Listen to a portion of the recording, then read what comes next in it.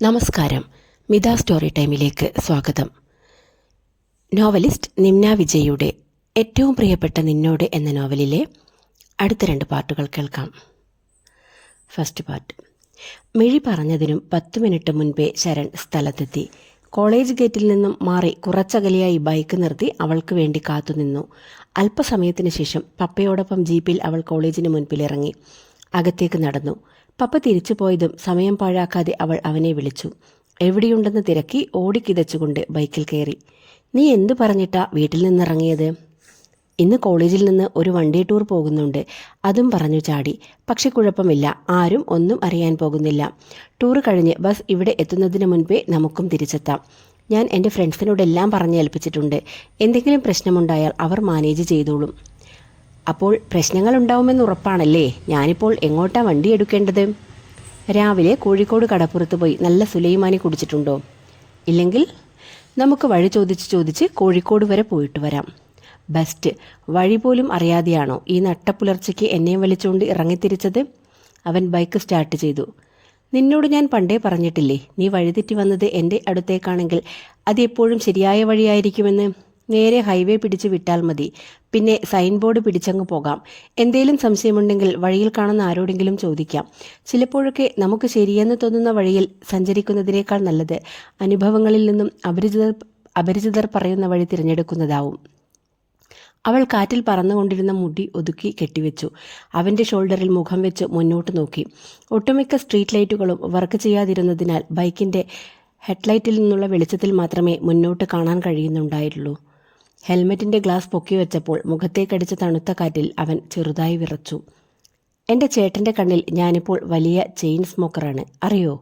കുറേ നേരം അവളൊന്നും സംസാരിക്കാതെയായപ്പോൾ ശരൺ പറഞ്ഞു. എന്ത്? നീ വലിഞ്ഞു കയറി മുറിയിൽ വന്ന് സിഗരറ്റും വലിച്ച് പാക്കറ്റും ലൈറ്ററും അവിടെ തന്നെ കളഞ്ഞിട്ട് പോയില്ലേ? ചേട്ടൻ അത് കണ്ടു. അയ്യോ, എന്നിട്ട്? മിഴി ചിരിച്ചുകൊണ്ട് അവനോട് കുറച്ചുകൂടെ ചേർന്നിരുന്നു. എന്നിട്ടെന്ത്? ദേഷ്യപ്പെട്ടില്ല. പകരം എന്നെ ഓർത്ത് നിരാശയോടെ ഒരു ലുക്കും പിന്നെ ഒരു കൊട്ട ഉപദേശവും. ചീത്ത പറഞ്ഞിരുന്നെങ്കിൽ എനിക്ക് അത്ര പ്രശ്നമില്ലായിരുന്നു. നിനക്ക് സത്യം പറയാമായിരുന്നില്ലേ? പറഞ്ഞിരുന്നെങ്കിൽ ഇന്നലെ കൂൾബാറിൽ വന്ന് നിനക്ക് ഷോ കാണിക്കാൻ പറ്റാതെ പോയേനെ. അപ്പോൾ എനിക്ക് വേണ്ടി ഒരുപാട് സഹിക്കുന്നുണ്ടല്ലോ. എൻ്റെ അടുത്ത് എന്തേലും ഹിഡൻ ഇൻട്രസ്റ്റ് ഉണ്ടോ? ഉണ്ടെങ്കിൽ അബുദാബിയിൽ നിന്റെ അച്ഛൻ ഉണ്ടാക്കി വെച്ചിട്ടുള്ള കോടിക്കണക്കിന് സ്വത്ത് മുൻപിൽ കണ്ട് ഞാൻ നീട്ടിയൊരു യെസ് പറയും. ആ യെസ് ഞാൻ തൽക്കാലം സ്വീകരിക്കുന്നില്ല. കോഴിക്കോട് 123 കിലോമീറ്റർ എന്നെഴുതിയ ബോർഡ് നോക്കി ശരൺ ഇടത്തോട്ട് വണ്ടി തിരിച്ചു. 6:30 അവർ കോഴിക്കോട് മാറാട് ബീച്ചിലെത്തി. അവൾ ഒരു പെട്ടിക്കടയിൽ കയറി 2 സുലൈമാനി വാങ്ങിച്ചു. ഒരു പാറയിൽ കൈകുത്തി ചാരിയിരുന്നു. കടൽ കണ്ടുകൊണ്ടിരുന്ന ശരണിനടുത്തേക്ക് നടന്നു. ദാ, ഞാൻ പ്രോമിസ് ചെയ്ത പോലെ സൺസെറ്റും സുലൈമാനിയും റെഡി. അവൾ അവനടുത്തായി കാല് നീട്ടിയിരുന്നു. നമ്മളെന്തിനാ ഇവിടെ വന്നതെന്ന് നീ ഇതുവരെ പറഞ്ഞില്ലല്ലോ. ഞാൻ ഇവിടെ വരണമായിരുന്നു, കുറച്ച് വൈകിപ്പോയെന്നേയുള്ളൂ. തൻ്റെ ചോദ്യത്തിനുള്ള മറുപടിയേക്കാൾ അവളിത് പറഞ്ഞപ്പോൾ അവളോട് തന്നെയാണെന്ന് അവന് തോന്നി. മീനുമായി തീരത്തെത്തിയ ബോട്ടുകളും അത് വാങ്ങാനും വിൽക്കാനുമായി വന്ന ആളുകളുമായി അവിടം തിരക്കായി തുടങ്ങിയപ്പോൾ അവർ മെല്ലെ എഴുന്നേറ്റ് ആളൊഴിഞ്ഞ ഇടത്തേക്ക് നടന്ന് മണലിൽ ഇരുന്നു. അവൻ്റെ മനസ്സിൽ 1000 ചോദ്യങ്ങൾ ബാക്കി നിന്നെങ്കിലും 2 കാലുകളും ചേർത്ത് അതിലേക്ക് മുഖം വെച്ച് കടലിലേക്ക് കാഴ്ചയൂന്നി ഇരിക്കുന്ന അവളെ കണ്ടപ്പോൾ അവനൊന്നും ചോദിച്ചില്ല. തെളിഞ്ഞു വരുന്ന ആകാശം നോക്കി അവൻ മണലിലേക്ക് കിടന്നു. വൈകുന്നേരം വരെ കോഴിക്കോടെ കാഴ്ചകൾ കണ്ട് അവർ വെറുതെ നടന്നു. 1 മണിക്കൂർ നീയൊന്ന് ഇവിടെ വെയിറ്റ് ചെയ്യണം, ഞാനിപ്പോൾ വരാം. കഫേയിൽ ഓർഡർ ചെയ്ത കോഫി അവൾ അവനടുത്തേക്ക് നീക്കി വെച്ചു. നീ എവിടെ പോണു? അത് ഞാൻ പിന്നെ പറയാം, അധികം വൈകില്ല, വേഗം വരും. അവന് മറുപടി പറയാൻ കഴിയുന്നതിന് മുൻപേ അവൾ ബൈക്കിൻ്റെ ചാവി വാങ്ങി പുറത്തേക്ക് നടന്നു. നീ ബുള്ളറ്റ് റൈഡ് ചെയ്യോ? അവൾ ബുള്ളറ്റിലേക്ക് കയറിയിരിക്കുന്നത് അവൻ അത്ഭുതത്തോടെ നോക്കി. ഇനി എന്നെക്കുറിച്ച് എന്തൊക്കെ രഹസ്യങ്ങൾ നീ അറിയാൻ കിടക്കുന്നു? അവൾ അവനെ നോക്കി കണ്ണിറുക്കി ബൈക്ക് സ്റ്റാർട്ട് ചെയ്ത് വേഗത്തിൽ മുന്നോട്ടെടുത്തു. അവൻ കോഫിയുടെ ബിൽ കൊടുക്കാൻ ചേഞ്ചിന് വേണ്ടി അവൾ ടേബിളിൽ വെച്ച് പോയ ബാഗ് തുറന്നു. അതിലുണ്ടായിരുന്ന ഡയറിയിൽ അവൻ്റെ കണ്ണുടക്കി. നല്ല പഴക്കം തോന്നിയ ഡയറി അവനൊന്ന് മറിച്ചു നോക്കിയെങ്കിലും അത് ശരിയല്ലെന്നോർത്ത് തിരിച്ചു വെച്ചു. ഇത്രയും പെട്ടെന്ന് തിരിച്ചു വന്നു? 1 മണിക്കൂറെന്ന് പറഞ്ഞു പോയ മിഴി 15 മിനിറ്റിനകം തിരിച്ചെത്തിയത് കണ്ട് അവൻ ചോദിച്ചു. കഴിഞ്ഞു, നമുക്ക് പോയാലോ? ഇവിടെ നിന്നും ഇറങ്ങിപ്പോയ പോലെയല്ല അവൾ തിരിച്ചെത്തിയതെന്ന് ഒറ്റ നോട്ടത്തിൽ അവന് മനസ്സിലായി. അവളുടെ സംസാരത്തിലെ മുഖത്തും ഒരു വല്ലാത്ത നിരാശ തളം കെട്ടിയിരുന്നു. ചോദിച്ചാലും അവളിതിനെക്കുറിച്ച് കാര്യമായൊന്നും സംസാരിക്കാൻ ഇടയില്ലെന്ന് നന്നായി അറിയാവുന്നതിനാൽ അവൻ ചാവി വാങ്ങി ബൈക്ക് സ്റ്റാർട്ട് ചെയ്തു. പോകുന്ന വഴിയിൽ ടയർ പഞ്ചറായതിനാൽ വർക്ക്ഷോപ്പിൽ കയറ്റി അത് നന്നാക്കിയ ശേഷം വീട്ടിലെത്താൻ പ്രതീക്ഷിച്ചതിലും അധികം നേരം വൈകി. ഇന്ന് പപ്പയും അവളുമായി ഉണ്ടാകാനിടയുള്ള പ്രശ്നങ്ങൾ മനസ്സിൽ കണ്ടുകൊണ്ടാണ് അവൻ അവളെ വീടിനു മുൻപിൽ ഇറക്കിവിട്ടത്. വണ്ടി പഞ്ചറായ കാര്യം ആദ്യമേ വിളിച്ചു പറഞ്ഞിരുന്നതിനാൽ ചേട്ടന്റെ ഭാഗത്തു നിന്നും വലിയ ചോദ്യങ്ങളൊന്നും ഉണ്ടായില്ല. അത്രയും ദൂരം യാത്ര ചെയ്ത ക്ഷീണത്തിൽ കുളി കഴിഞ്ഞ ഉടനെ ശരൺ ബെഡിലേക്ക് വീണു. പിറ്റേന്ന് വൈകുന്നേരം ടൗണിൽ നിന്നും വീട്ടിലേക്ക് വരുന്ന വഴി ശരണിന്റെ ബൈക്കിന് മുൻപിൽ മിഴിയുടെ പപ്പ അയാളുടെ കാർ കൊണ്ടു നിർത്തി. പെട്ടെന്ന് അവന് ബൈക്കിന്റെ കൺട്രോൾ പോയെങ്കിലും ഒരു വിധത്തിൽ ബാലൻസ് ചെയ്ത് ഹെൽമറ്റ് ഊരി ദേഷ്യത്തോടെ കാറിലേക്ക് നോക്കി. കാറിലുണ്ടായിരുന്ന മിത്രയോട് വെളിയിലിറങ്ങരുതെന്ന് താക്കീത് നൽകി മിഴിയുടെ പപ്പ ഡോർ തുറന്ന് ശരണിനടുത്തേക്ക് വന്നു. പപ്പയെ കണ്ടപ്പോഴേ ഇനി എന്താണ് ഉണ്ടാവാൻ പോകുന്നത് എന്നുള്ള ഏകദേശ ധാരണ അവനുണ്ടായിരുന്നു. അവൻ ബൈക്ക് സ്റ്റാൻഡിലിട്ടിറങ്ങി. ഞാൻ പറയാൻ പോകുന്നത് നീ ശ്രദ്ധിച്ചു കേട്ടോണം. അയാൾ ശരണിനു നേരെ വിരൽ ചൂണ്ടി. നീ നാട്ടിൽ വന്നത് എന്തിനാണെന്ന് എനിക്കറിയണ്ട. പക്ഷെ വന്നു, നാട് കണ്ടു, വെക്കേഷൻ എൻജോയ് ചെയ്തു എന്ന് പറഞ്ഞു പോയേക്കണം. നിന്നെ ബാധിക്കാത്ത കാര്യങ്ങളിൽ ആവശ്യമില്ലാതെ തലയിടാൻ നിൽക്കരുത്, പ്രത്യേകിച്ച് എൻ്റെ മകളുടെ കാര്യത്തിൽ. അത് പറയുമ്പോൾ അയാളുടെ കണ്ണുകളിലെ ചുവപ്പ് അവൻ വ്യക്തമായി കണ്ടു. അവൾ വിളിച്ചു, ഞാൻ പോയി. അതല്ലാതെ എനിക്ക് കൂടുതലൊന്നും അറിയില്ല. അയാളോട് തർക്കിച്ചിട്ട് കാര്യമില്ലെന്ന് അറിയുന്നത് കൊണ്ടും അവർക്കിടയിലെ പ്രശ്നങ്ങളെക്കുറിച്ച് ധാരണയുള്ളത് കൊണ്ടും അവൻ ശാന്തമായി പറഞ്ഞു. ചില കാര്യങ്ങൾ അറിയാതിരിക്കുന്നതാണ് നിലനിൽപ്പിന് നല്ലത്. ഇനി ഇതിന്റെ പേരിൽ നമ്മൾ കാണാനിടവരരുത്. മിഴിയുടെ അച്ഛനായിട്ടാവില്ല, പകരം ഇവിടുത്തെ SI ആയിട്ടാവും ആ കൂടിക്കാഴ്ച. വിറയ്ക്കുന്ന ചുണ്ടുകളോടെ അയാൾ തിരിച്ചു നടന്നു. മിത്രയ അല്പം പേടിയോടെയും നിസ്സഹായതയോടെയും തല പുറത്തേക്കിട്ട് അവനെ നോക്കി. ചുമ്മാ ഒന്നുമില്ല. അവൻ അവളെ നോക്കി ചിരിച്ചുകൊണ്ട് കൈ കാണിച്ചു. റിവേഴ്സ് ഗിയറിട്ട് വേഗത്തിൽ പോയ കാറ് നോക്കി. ബൈക്കിൽ ചാരി നിൽക്കുമ്പോൾ അവനൊരു കാര്യം ഉറപ്പായിരുന്നു. മകളോടുള്ള കരുതലിനേക്കാൾ അയാളുടെ മുഖത്തുണ്ടായത് ഒരു രഹസ്യം കാത്തു സൂക്ഷിക്കാനുള്ള വ്യഗ്രത മാത്രമായിരുന്നു. ശരൺ ഇന്ന് രാത്രി പുറത്തു വരുമോ? ഉറങ്ങാൻ നേരം ഫോണിൽ വന്ന മെസ്സേജിന് മറുപടി കൊടുക്കണോ വേണ്ടയോ എന്നവൻ ഒരു നിമിഷം ആലോചിച്ചു. നിന്റെ എല്ലാ കള്ളത്തരങ്ങൾക്കും കൂട്ടുനിൽക്കാൻ എനിക്കിനി വയ്യ. ശരിയോ തെറ്റോ എന്നുപോലും അറിയാത്ത ഒരു കാര്യത്തിനു വേണ്ടി എൻ്റെ സമയം കളയാൻ എനിക്ക് താല്പര്യമില്ല. കുറച്ചൊന്ന് സംശയിച്ചെങ്കിലും അല്പസമയത്തിന് ശേഷം അവൻ മറുപടി അയച്ചു. പറയാം. ഇത്ര പെട്ടെന്നെല്ലാം തുറന്നു പറയാൻ അവൾ ഒരുക്കമാകുമെന്ന് അവൻ പ്രതീക്ഷിച്ചിരുന്നില്ല. രാത്രി ചേട്ടൻ ഉറങ്ങിയെന്ന് ഉറപ്പുവരുത്തിയ ശേഷം അവൻ കുളത്തിനടുത്തേക്ക് നടന്നു. മടിയിൽ ഒരു പുസ്തകവും വെച്ച് കുളത്തിന്റെ പടവിൽ ഇരുന്ന് വിരലുകൾ പൊട്ടിച്ചുകൊണ്ടിരുന്ന മിഴിയെ അവൻ ദൂരെ നിന്ന് കുറച്ചുനേരം നോക്കി നിന്നു. കുളത്തിലേക്ക് വീണുകിടന്ന നിലാവിന്റെ വെളിച്ചം അവളുടെ മുഖത്തും പ്രതിഫലിച്ചു. നിനക്കെന്താ പറയാനുള്ളത്? അവൻ അവളിരുന്ന പടവിന്റെ കുറച്ചു പിറകിലായി വന്നു നിന്നു. അയാൾ നിന്നോട് എന്താ പറഞ്ഞത്? നിന്നെ ഉപദ്രവിച്ചോ? അവൾ തിരിഞ്ഞു നോക്കാതെ കുളത്തിലേക്ക് തന്നെ നോക്കിക്കൊണ്ട് ചോദിച്ചു. മിത്രയ മിഴിയോട് വൈകുന്നേരം നടന്നതെല്ലാം പറഞ്ഞെന്ന് അവൻ ഉറപ്പായി. പ്രത്യേകിച്ചൊന്നുമില്ല. നിന്റെ കൂടെ നടക്കരുതെന്ന് പറഞ്ഞു. അതൊരു വലിയ പ്രശ്നമായിട്ട് എനിക്ക് തോന്നിയില്ല. നിന്റെ അച്ഛൻ്റെ സ്ഥാനത്ത് ആരാണെങ്കിലും ഇതൊക്കെ തന്നെ ചെയ്തേനെ. അവൻ 2 കൈകളും പോക്കറ്റിലിട്ടുകൊണ്ട് മെല്ലെ പടവുകൾ ഇറങ്ങി അവൾക്കടുത്തേക്ക് നടന്നു. അതിന് അയാളെൻ്റെ അച്ഛനല്ല. അവൾ എണീറ്റ് തിരിഞ്ഞു നിന്ന് അവനെ നോക്കി. താഴത്തെ പടവിലേക്ക് എടുത്തുവെച്ച കാൽ പിന്നോട്ട് വലിച്ചുകൊണ്ട് അവൻ ഒരു നിമിഷം സ്റ്റെക്കായി അവിടെ തന്നെ നിന്നു. നീ എന്താ പറയുന്നതെന്ന് വല്ല ധാരണയുമുണ്ടോ? അത് ചോദിക്കുമ്പോൾ അവൻ്റെ ശബ്ദം ചെറുതായി പതറുന്നുണ്ടായിരുന്നു. ഞാൻ പറഞ്ഞതെന്താണോ അത് തന്നെയാണ് ഞാൻ ഉദ്ദേശിച്ചത്. അവളുടെ നിറഞ്ഞ കണ്ണുകളിലെ പകയും നിരാശയും വിഷമവും എല്ലാം കണ്ടപ്പോൾ അവളത് വെറുതെ പറയുകയല്ല എന്നവന് മനസ്സിലായി. അവൻ പടികളിറങ്ങി അവളുടെ അടുത്തേക്ക് വന്നു. മിഴി, നീ പറയുന്നത് എനിക്ക് മനസ്സിലാവുന്നില്ല. ഒരു 8ാം ക്ലാസ് വരെ എനിക്കും ഒന്നും മനസ്സിലാവുന്നുണ്ടായിരുന്നില്ല ശരൺ. എന്തുകൊണ്ടാണ് എൻ്റെ അച്ഛന് എന്നോട് ഇത്ര വെറുപ്പെന്ന്, സ്നേഹത്തോടെ ഒരു വാക്കുപോലും പറയാത്തതെന്ന്, ഒരു തെറ്റ് ചെയ്യാതെ പോലും അച്ഛനെന്നെ തല്ലുന്നത് അമ്മ എന്തുകൊണ്ട് നോക്കി നിൽക്കുന്നുവെന്ന്, ഒരേ വീട്ടിലായിരുന്നിട്ട് പോലും മിത്രയ്ക്ക് മാത്രം തന്നെ സ്നേഹിക്കുന്ന ലാളിക്കുന്ന അച്ഛനെയും അമ്മയെയും കിട്ടിയതെങ്ങനെയെന്ന്, ആരാലും സ്നേഹിക്കപ്പെടാതിരിക്കാൻ മാത്രം എന്ത് തെറ്റാണ് ഞാൻ ചെയ്തതെന്ന് ഒന്നിനും എനിക്കുത്തരമില്ല ശരൺ. അവളുടെ മുറിയിൽ നിന്നും നിരന്തരം കേട്ടുകൊണ്ടിരുന്ന ശബ്ദങ്ങളുടെയും നമ്മുടെ ലോകം രണ്ടാണെന്ന് അവൾ ഇടയ്ക്ക് പറയുന്നതിൻ്റെയും അർത്ഥം മനസ്സിലായി തുടങ്ങിയപ്പോൾ അവൻ വേദനയോടെ അവളുടെ മുഖത്തേക്ക് നോക്കി. നീ ഈ ഡയറി കണ്ടോ? ഞാൻ 8ാം ക്ലാസ്സിലെ വെക്കേഷന് മുന്നാറ് പോയപ്പോൾ അമ്മയുടെ മുറിയിൽ നിന്നും കിട്ടിയതാ. എൻ്റെ എല്ലാ സംശയങ്ങൾക്കുമുള്ള മറുപടികളും ഇതിലുണ്ടായിരുന്നു. അവൾ ആ ഡയറി തുറന്ന് നിലത്തിരുന്നു. അവൻ അവളോട് ചേർന്നിരുന്നുകൊണ്ട് ഇന്നലെ അവൻ അവളുടെ ബാഗിൽ കണ്ട ആ ഡയറി മറച്ചുകൊണ്ട് പഴകിയ പേജുകളിലൂടെ വിരലോടിച്ചു. ഇതെൻ്റെ അമ്മയുടെ ഡയറിയാണ്. ഇതിൽ അമ്മ എഴുതിയിരിക്കുന്ന ഇത് മുഴുവൻ എൻ്റെ അച്ഛനെക്കുറിച്ചാണ്. മഷി പടർന്ന് മാഞ്ഞു തുടങ്ങിയ അക്ഷരങ്ങൾ അവൾ അവനു വേണ്ടി പതിയെ വായിച്ചു. ജൂൺ 5, 1988. ഒരു വ്യാഴാഴ്ച വൈകുന്നേരമാണ് ഞാൻ സലീമിനെ ആദ്യമായി കാണുന്നത്. എല്ലാ ആഴ്ചയിലെയും പോലെ കൊളോണിയലിസത്തെയും ലോകമഹായുദ്ധങ്ങളെയും കുറിച്ചുള്ള ബോറടിക്കുന്ന എബ്രഹാം മാഷിൻ്റെ ഹിസ്റ്ററി ക്ലാസ് പ്രതീക്ഷിച്ചിരുന്ന ഞങ്ങൾക്ക് മുന്നിലേക്ക് കയ്യിൽ പുസ്തകങ്ങളുമായി ഒരു വലിയ വട്ടക്കണ്ണടയും വെച്ച് പുതിയ ഗസ്റ്റ് ലെക്ചററായി അവൻ കയറി വന്നു. സലിം റഹ്മാൻ. ക്ലാസ്സിലേക്ക് കാലെടുത്ത് വെച്ച നിമിഷം മുതൽ അവിടെ നിശബ്ദമാക്കി എല്ലാ കാതുകളും അവൻ തന്നിലേക്ക് തുറന്നു വെച്ചു. അവൻ്റെ രൂപത്തേക്കാൾ എന്നെ ആകർഷിച്ചത് അവൻ്റെ ശബ്ദമായിരുന്നു. കനമുള്ള വ്യക്തതയുള്ള വാക്കുകൾ, അതിനെ ആളുകൾക്കുള്ളിലേക്ക് തറച്ചിടുന്ന മൂർച്ചയുള്ള അവൻ്റെ ശബ്ദം. പാഠപുസ്തകം വായിച്ചു മനഃപ്പാഠമാക്കുന്നതിലൂടെ ആരും ചരിത്രം പഠിക്കുന്നില്ല. യഥാർത്ഥ പഠനം ആരംഭിക്കുന്നത് അതിലെ സംഭവങ്ങളെ ചോദ്യം ചെയ്ത് തുടങ്ങുമ്പോഴാണ്. വളരെ സ്വാഭാവികമായി അവനത് പറഞ്ഞപ്പോൾ എന്നെപ്പോലെ എല്ലാവരും ആരാധനയോടെ അവനെ നോക്കിയിരുന്നു എന്നെനിക്കുറപ്പാണ്.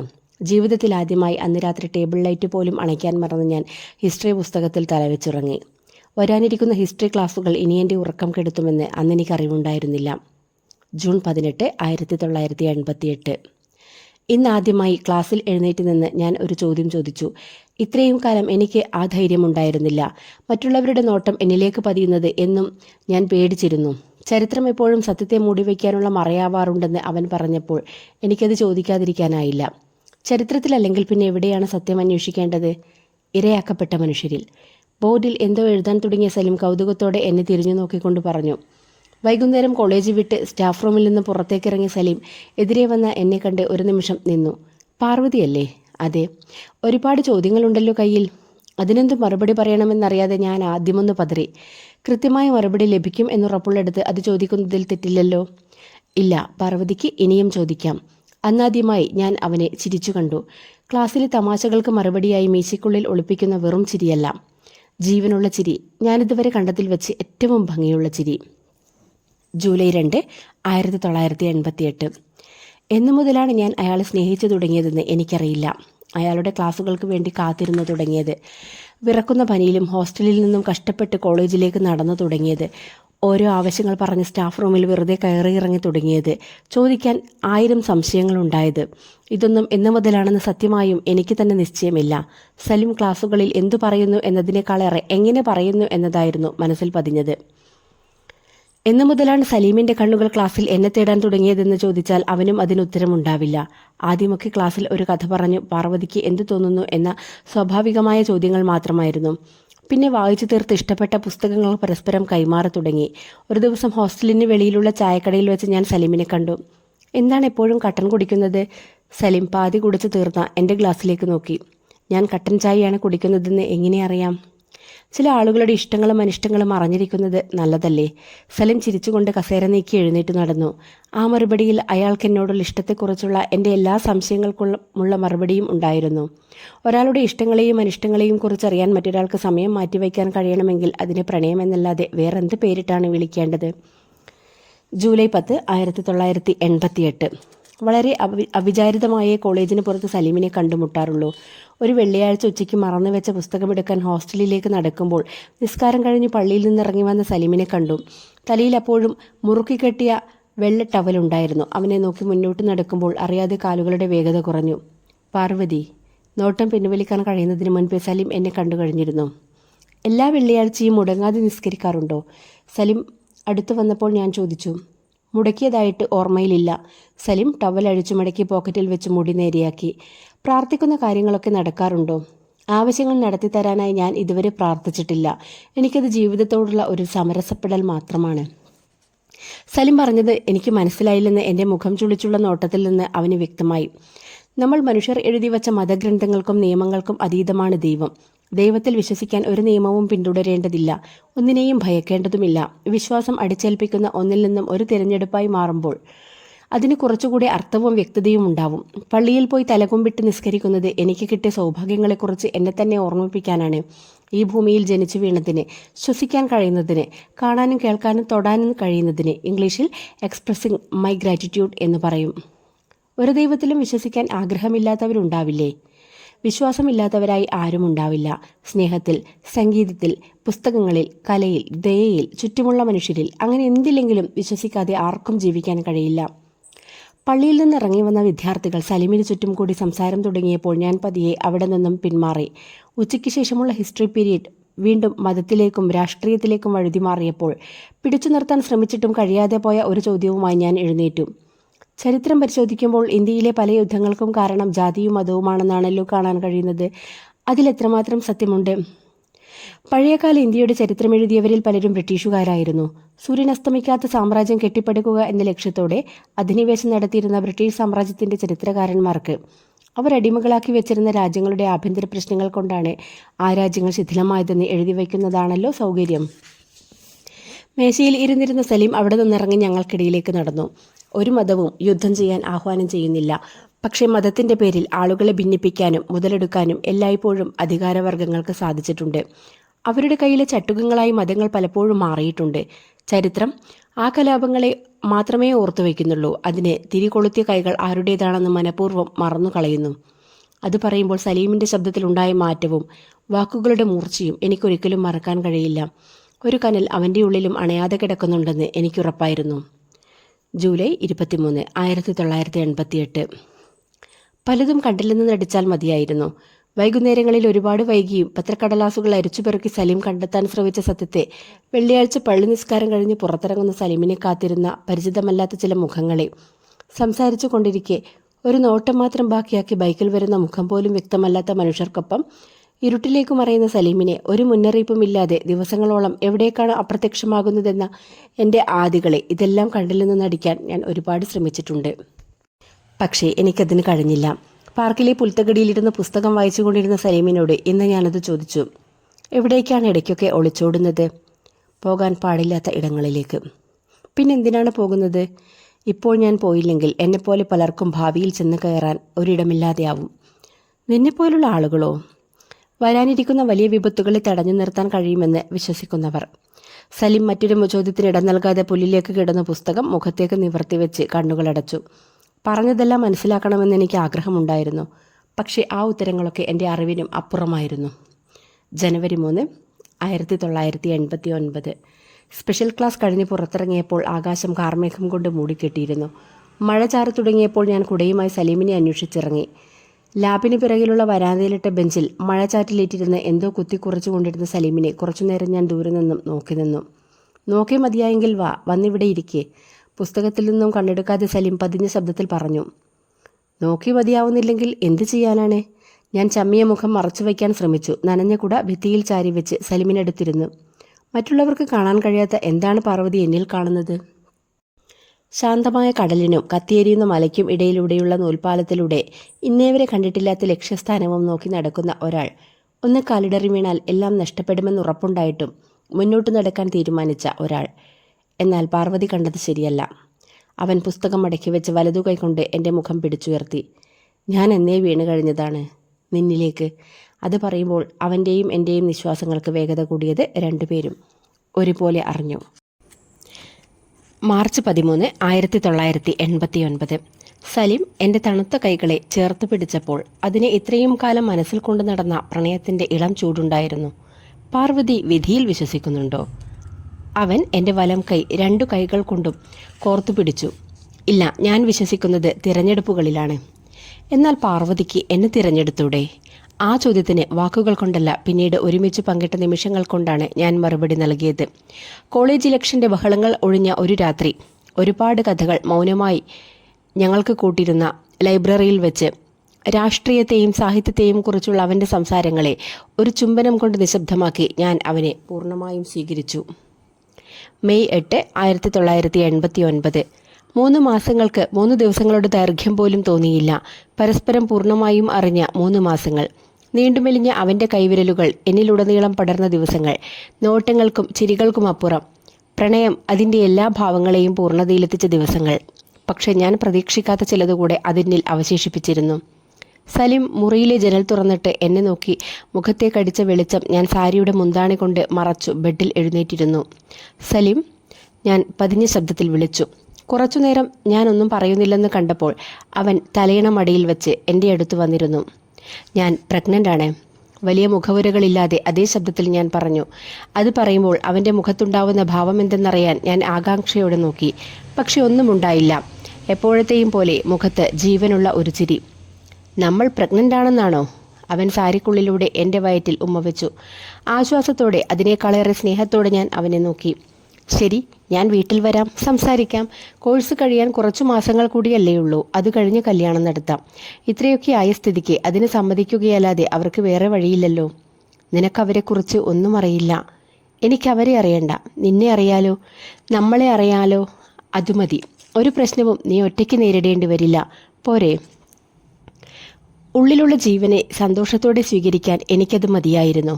പക്ഷേ പിന്നെ ഒരു ദിവസം രാത്രി ധൃതിയിൽ വീട്ടിലേക്കെന്ന് പറഞ്ഞ് ഇറങ്ങിപ്പോയ സലിം തിരിച്ചു വന്നില്ല. ഒരു കത്തും എന്നെ തേടിയെത്തിയില്ല. പിന്തുടർന്നു പോകാൻ ഒരു മേൽവിലാസവും ബാക്കിയാക്കിയില്ല. അവൻ്റേതായ വസ്ത്രങ്ങളും പുസ്തകങ്ങളും മുറിയും ഉപേക്ഷിച്ച പോലെ എന്നെയും എൻ്റെ ഉള്ളിലെ അവൻ്റെ ഇത്തിരി ജീവനെയും ഉപേക്ഷിച്ച് എങ്ങോട്ടെന്നില്ലാതെ അവൻ മാഞ്ഞുപോയി. ഓഗസ്റ്റ് 10, 1989. നാളെ എൻ്റെ വിവാഹമാണ്.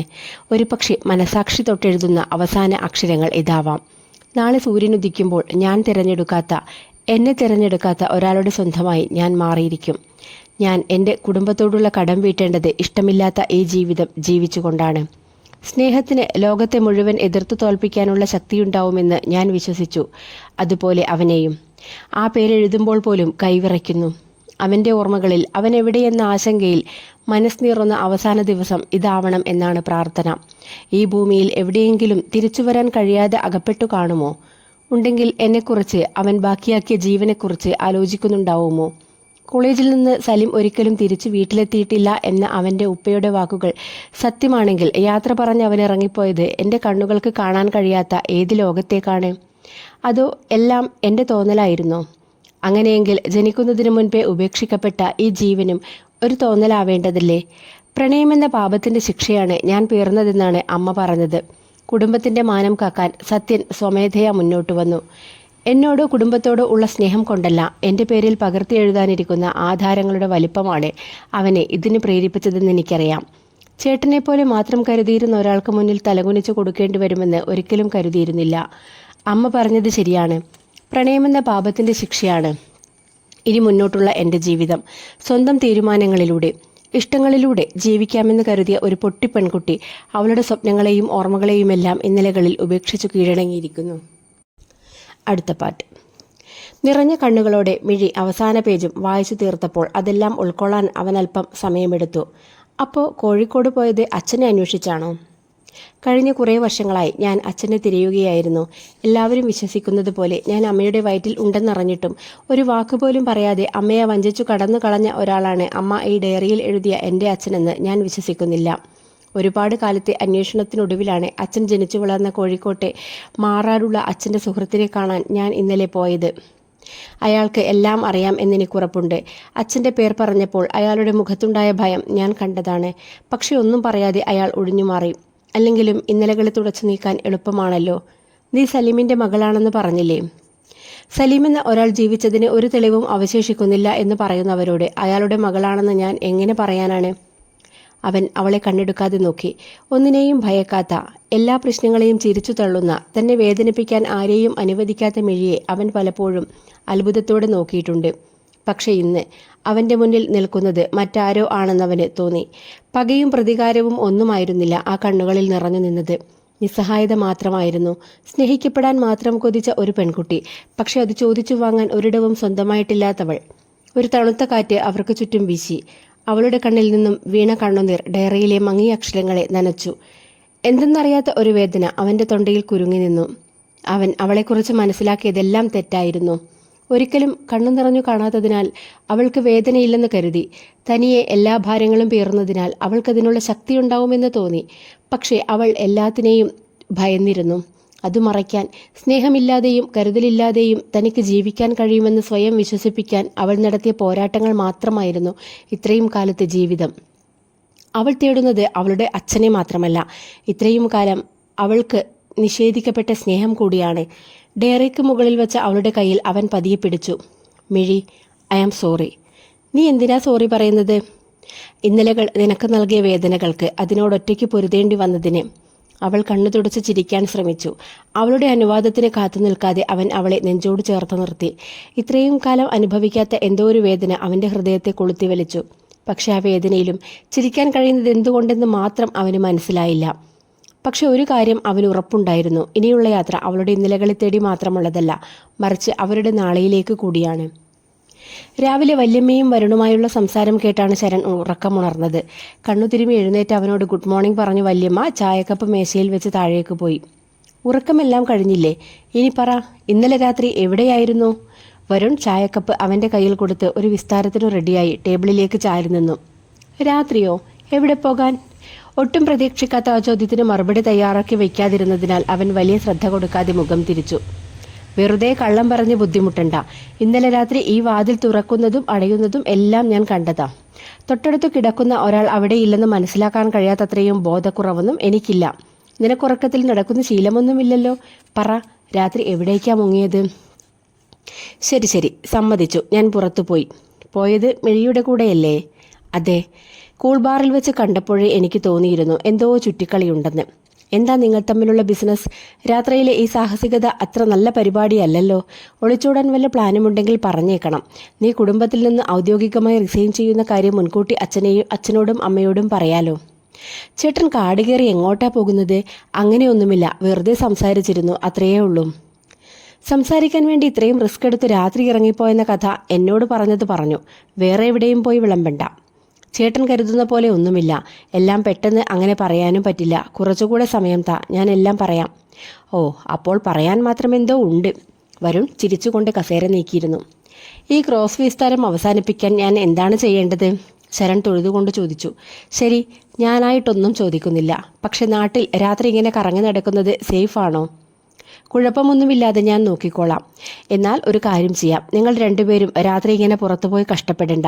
നാളെ അവളെ ഒരു ലഞ്ചിന് ഇൻവൈറ്റ് ചെയ്യ്. നോർമലായി എല്ലാവരും മീറ്റ് ചെയ്യുന്ന പോലെ. ചേട്ടനും വരുന്നുണ്ടോ ലഞ്ചിന്? പിന്നില്ലാതെ. എൻ്റെ അനിയനെ വല്ല കുഴിയിലും ചാടിയിട്ടുണ്ടോ എന്നറിയണ്ടേ?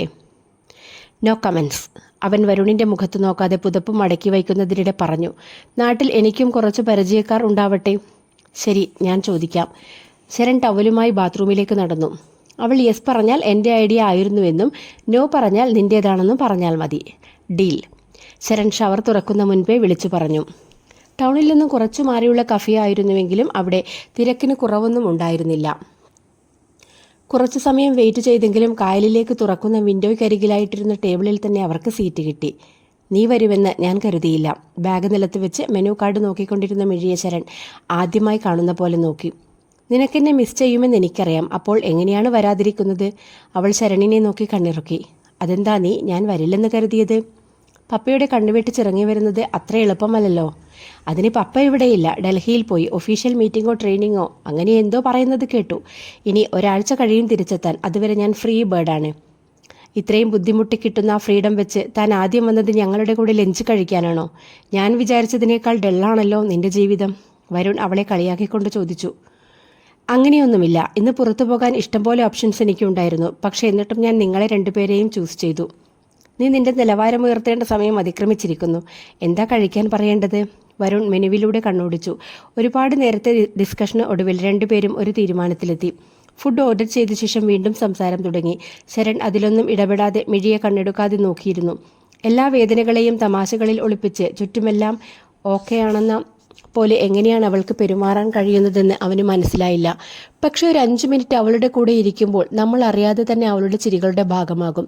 മിഴിയും വരുണും സംസാരം അബുദാബിയിലെ ബിസിനസ്സുകളിലേക്കും അവളുടെ സ്റ്റാർട്ടപ്പ് ഐഡിയകളിലേക്കും തിരിച്ചുവിട്ടു. അത്ര എളുപ്പത്തിൽ ആളുകളുമായി കമ്പനിയാവാത്ത വരുണിനെ പോലും ഇത്ര പെട്ടെന്ന് അവൾ എങ്ങനെ കയ്യിലെടുത്തെന്ന് അവൻ ഓർത്തു. ഭക്ഷണം കഴിച്ചിറങ്ങാൻ നേരം വീട്ടിൽ ഡ്രോപ്പ് ചെയ്യാമെന്ന് വരുൺ പറഞ്ഞെങ്കിലും ഫ്രണ്ട്സിനെ കാണാനുണ്ടെന്ന് പറഞ്ഞ് മിഴി ഒരു ഓട്ടോ എടുത്തു. മിഴി, 1 മിനിറ്റ്. ഓട്ടോയിലേക്ക് കയറാൻ തുടങ്ങി അവളെ ശരൺ പിറകിൽ നിന്നും വിളിച്ചു. ഈ ഞായറാഴ്ച ഫ്രീ ആണെങ്കിൽ നമുക്കൊന്നുകൂടെ മാറാട് വരെ പോയാലോ? പപ്പയും ഇവിടെയില്ലല്ലോ. എന്തിന്? അന്ന് നീ ഒറ്റയ്ക്ക് തേടിയ ഉത്തരങ്ങൾ നമ്മൾ ഒരുമിച്ച് തേടിയാൽ കിട്ടുമോ എന്ന് നോക്കാലോ. എനിക്കതിൽ വലിയ പ്രതീക്ഷയൊന്നുമില്ല ശരൺ. നിനക്ക് എന്നെ വിശ്വാസമുണ്ടോ? എന്നാൽ നമ്മൾ ഞായറാഴ്ച മാറാട് പോകുന്നു. ഞാൻ ഇവിടുന്ന് പോകുന്നതിന് മുൻപ് അത്രയെങ്കിലും നിനക്ക് വേണ്ടി ചെയ്യണ്ടേ? കൂടുതലൊന്നും ആലോചിക്കേണ്ട. ഡീറ്റെയിൽസ് ഞാൻ മെസ്സേജ് ചെയ്യാം. ശരൺ അവളെ ഓട്ടോയിൽ കയറ്റി വിട്ട ശേഷം പാർക്കിങ്ങിൽ അവനെ കാത്തുനിന്ന വരുണിനടുത്തേക്ക് നടന്നു. വൈകുന്നേരമാണ് അവർ മാറാടെത്തിയത്. കടപ്പുറത്ത് വട്ടത്തിലിരുന്ന് ചീട്ട് കളിച്ചു കൊണ്ടിരുന്നവരിൽ നിന്നും മൊയ്തീനിക്കയെ കണ്ടുപിടിക്കാൻ മിഴിക്ക് പ്രയാസമുണ്ടായിരുന്നില്ല. മിഴിയെ കണ്ടതും അയാൾ ദേഷ്യത്തോടെ കളിമതിയാക്കി ചീട്ട് നിലത്തേക്കെറിഞ്ഞ് എഴുന്നേറ്റു. നീ ഇവിടെ നിൽക്ക്, ഞാനൊന്ന് സംസാരിക്കട്ടെ. ശരൺ മിഴിയെ അവിടെ നിർത്തി അയാൾക്ക് പിന്നാലെ വേഗത്തിൽ ഓടി. ചേട്ടാ പ്ലീസ്, നിങ്ങളെ ഉപദ്രവിക്കാൻ വേണ്ടിയല്ല. ഞങ്ങൾക്കൊരു ചോദ്യത്തിനുള്ള മറുപടി മാത്രം തന്നാൽ മതി. ശരൺ അയാളെ തടഞ്ഞു നിർത്തി. എനിക്കൊന്നും അറിയില്ലെന്ന് ഞാൻ പറഞ്ഞതല്ലേ. ഇവിടെ കിടന്ന് കറങ്ങാത്തതാണ് നിങ്ങൾക്ക് നല്ലത്. ഞാൻ അറിഞ്ഞിടത്തോളം സലീമിൻ്റെ ഏറ്റവും അടുത്ത സുഹൃത്തായിരുന്നു നിങ്ങൾ. ചെറുപ്പം മുതലേ ഒരുമിച്ച് കളിച്ചു വളർന്ന ഒരാളെ അറിയില്ലെന്ന് നിങ്ങൾക്ക് എങ്ങനെയാണ് പറയാൻ കഴിയുന്നത്?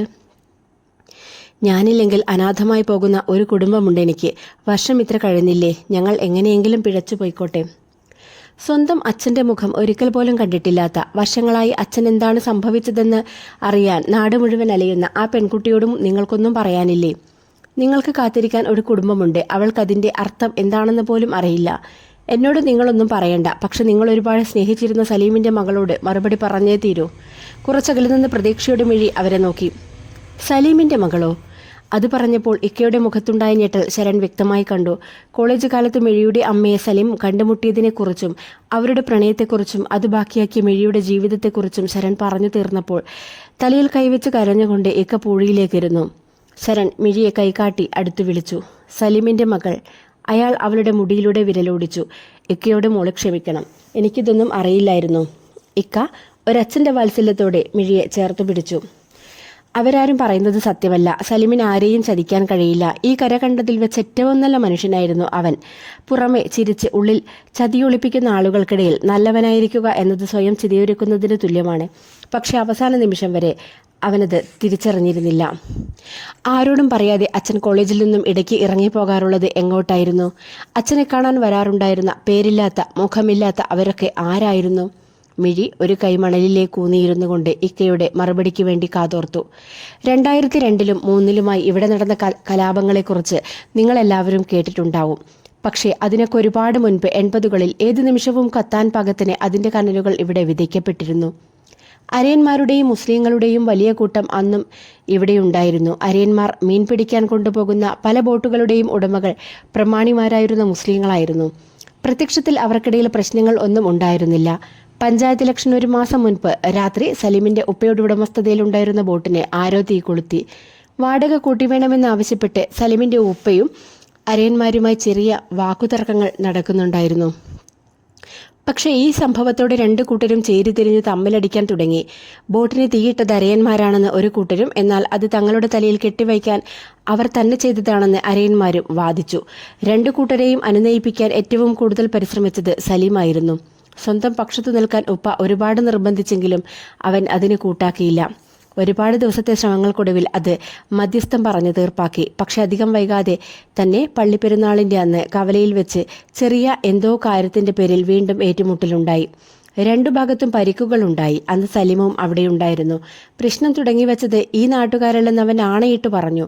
പക്ഷേ ആരും അത് ചെവിക്കൊണ്ടില്ല. ഒരുപാട് ലീവില്ലാത്തതിനാൽ അവന് കോളേജിലേക്ക് തിരിച്ചു പോകേണ്ടി വന്നു. നാട്ടിലെ സ്ഥിതി ദിനം തോറും വഷളായിക്കൊണ്ടിരുന്നു. നാട്ടിൽ വരാൻ പറ്റുമ്പോഴൊക്കെ 2 കൂട്ടരെയും വിളിച്ച് പ്രശ്നം പരിഹരിക്കാൻ അവൻ ഒരുപാട് ശ്രമിച്ചിട്ടുണ്ട്. ഇവിടെയുള്ള ജനങ്ങളെ തമ്മിൽ തല്ലിച്ച് ലാഭം കൊയ്യാൻ ശ്രമിക്കുന്ന ചിലരാണ് ഇതിന് പിന്നിലെന്ന് അവൻ ആവർത്തിച്ചു പറഞ്ഞു. അന്ന് രാത്രി ആ ബോട്ട് കത്തിച്ചതും കവലയിൽ വെച്ച് പ്രശ്നങ്ങൾക്ക് തിരികൊളുത്തിയതും ആരാണെന്നറിയാനുള്ള അന്വേഷണത്തിലായിരുന്നു അവൻ. ആ സത്യം കണ്ടെത്തിയില്ലെങ്കിൽ ഈ കടലിൽ ഒരുപാട് പേരുടെ ചോര കലരേണ്ടി വരുമെന്ന് അവൻ പറയുമായിരുന്നു. സലീമിനെ കാണാതായ ആ രാത്രി കോളേജിൽ നിന്നും അവൻ നേരെ വന്നത് എൻ്റെ അടുത്തേക്കാണ്. മാറാടിൻ്റെ പൂഴിയിൽ ചോര വീഴാൻ കാത്തിരിക്കുന്നവർ ആരാണെന്ന സത്യവുമായാണ് അവനന്ന് വന്നത്.